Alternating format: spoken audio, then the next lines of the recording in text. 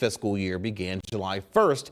It is now October 1st, and there's still no spending plan 3 months after the deadline. As the two sides continue to fight over how much to spend and where to find the money, our Dennis Owens says there's a pretty big pot of cash sitting right under their noses that no one's talking about. He joins us now with that story. Good afternoon, Dennis. Of course, I'm about to talk about it. Good afternoon, James.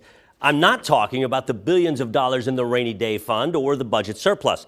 I'm talking about the legislative reserves.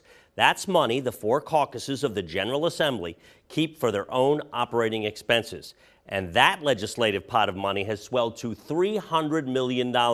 Now, the reason for its existence is so the legislature, which is an independent branch of government, could continue to function and pay its people in the event of a protracted budget standoff with the governor.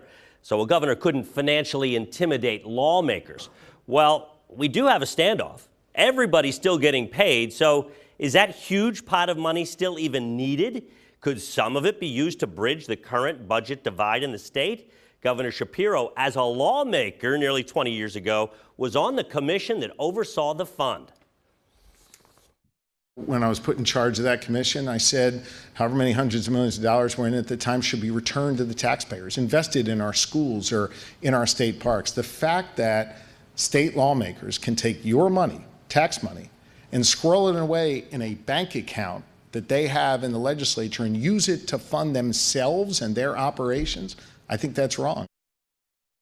Now, we've reported on this through the years, and legislative leaders have told us, yeah, we need to spend that account down. Yeah, we need to give more of it back. We need to have a more transparent and forensic audit of those dollars. They have said it.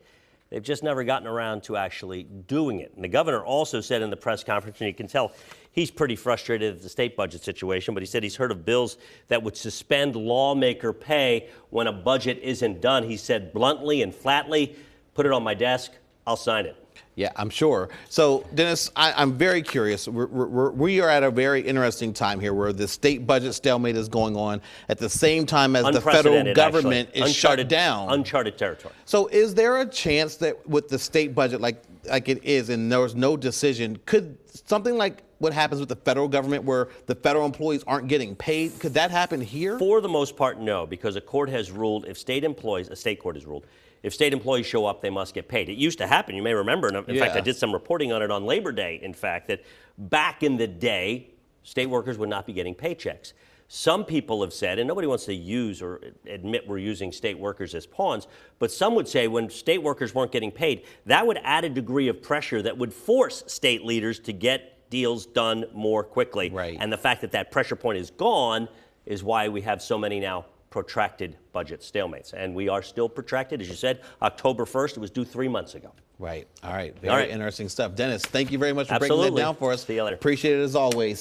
Hi, I'm Eric Finkenbinder from ABC 27, and we're excited to announce the new ABC 27 News Plus app. Live stream newscasts or watch content on demand. This is different than the ABC 27 app on your smartphone. You can check this out at home, and it's very easy to use. With a Fire Stick, go to the home page, scroll down to search. From there, enter ABC 27. Move over to the apps, and there we are.